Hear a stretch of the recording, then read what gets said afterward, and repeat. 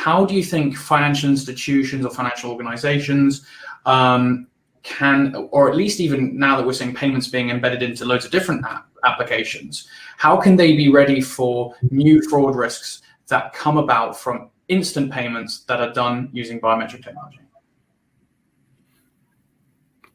I think it's about understanding the ecosystem the apps are operating in, understanding the technical ecosystem, so the mobile phones they're on, the back-end systems they're connecting to, but also understanding the human ecosystem they're operating in, who the users are, kind of what the risks are around them.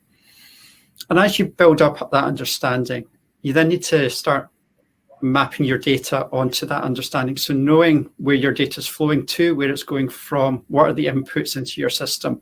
So kind of what do you need to make a transaction, what data is transmitted from the phone to the back-end services as part of that transaction, and vice versa, what's coming back from the back-end system to the phone, kind of what's that communication going on. And what's, I think, scary when you start looking at this is just the amount of data and the sensitivity of a lot of that data. So we really need to understand as a starting point what the data is and the environment that data is operating. Once you understand that, you can start to see the attack vectors, you can start to see where criminals will come in. And there's lots of very good methodologies out there for really mapping and understanding your threat profile and kind of where the attacks were coming from.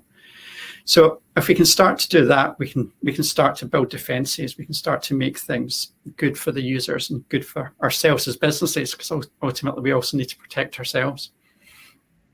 So really that's the starting point, building that up.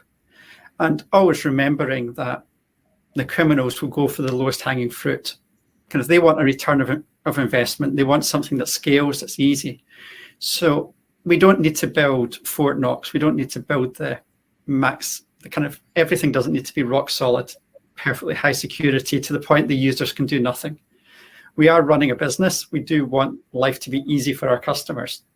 So we need to build security in smart ways that understands the mindset of the criminals and understands the ecosystem we're operating in.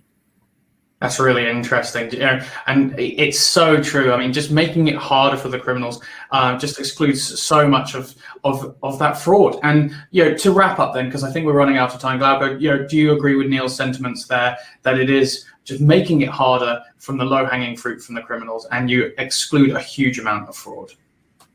Yeah, for sure. We have to put the principal controls that was the basic ones to avoid that was easy for the fraudster. Like Neal said, it's perfect. The low hanging fruits, it's the challenge. It's easier until they have easy way to get money. They are focused on that.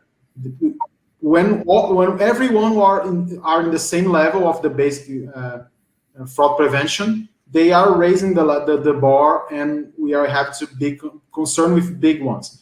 Designing the threat modeling of your business is something important. When you have the threat modeling of what you are doing, you can design and implement the controls to raise the bar, and don't avoid the customer. You must avoid the fraudster, but you must keep the customer using. And if you put your level of security and controls in the top by the beginning, you will be the business prevention area, not the fraud prevention. So that was we need to avoid every time.